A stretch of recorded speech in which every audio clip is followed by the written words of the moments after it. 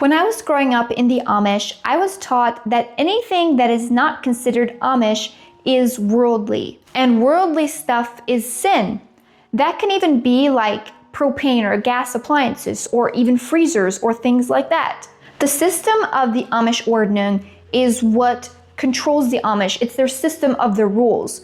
But one church within a community might allow freezers, and another church within the same community might not allow freezers. So it's worldly to one church and not to the other church. It can get confusing because the system is already in place of the Ordnung, but still each individual church has also other specific rules. Of course, things like cars, jewelry, music, higher education, cell phones, those things are considered very worldly in the Amish. Or even if someone is questioning the Amish beliefs, because we are not allowed to question, that is rebellious in the eyes of the Amish.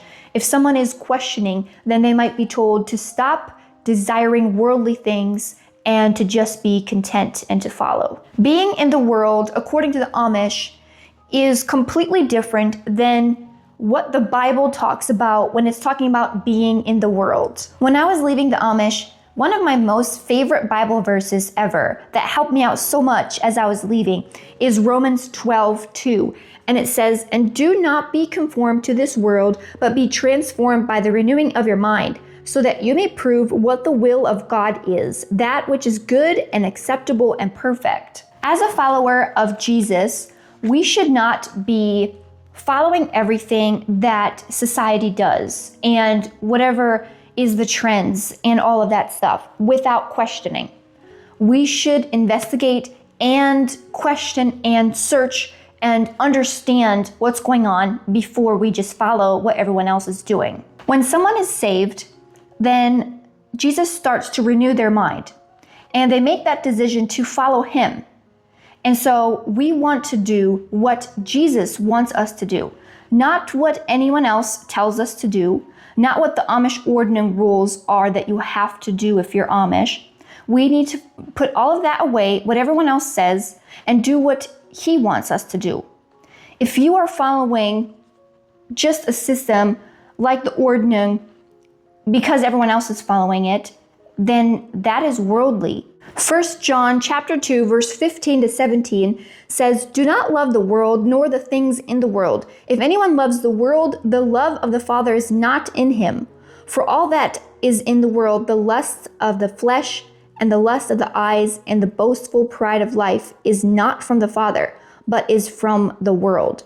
The world is passing away and also its lusts, but the one who does the will of God continues to live forever." If you are continuing to follow the Amish Ordnung or any other thing just because your ancestors did it and because it's what people are telling you to do, and you just continue to follow that instead of what God wants you to do, then it says the love of the Father is not within you. Colossians 3:2 tells us to put our mind on the things above, not on the things that are on earth. And in Titus chapter 2, verse 11 and 12, it says, "For the grace of God has appeared, bringing salvation to all people, instructing us to deny ungodliness and worldly desires, and to live sensibly, righteously, and in a godly manner in the present age." God needs us to be aware and to be intentional and to educate ourselves. In the Amish, it is considered rebellious and a bad thing if you just start educating yourself about stuff. Usually that's not even possible because you don't have a way to further educate yourself on a lot of things. But a lot of things that are going on in the world, we should educate ourselves about it so that we are aware and we know the difference between what is good and what is not good. Educating ourselves will not make our faith weaker. It will actually do the opposite. Educating ourselves will make us stronger. If we have a solid foundation and Jesus as our rock, then it will only make us stronger in our faith. The reason that some religions would discourage their members to be aware and educate themselves is because they don't have that solid foundation. So it threatens their beliefs. And in the Amish, a lot of times when people start questioning and they actually get answers from outside the Amish, then they actually end up leaving. And the Amish know this, so they try to make sure that people don't have the opportunity inside the Amish to really get more information and stuff and education, because then that person might leave. And one of their biggest beliefs is you're not allowed to leave the Amish. When the Amish say that something is worldly, then that is only their opinions and their beliefs. It is not the biblical teachings of what is worldly. I hope that makes sense, and I will see you in the next video.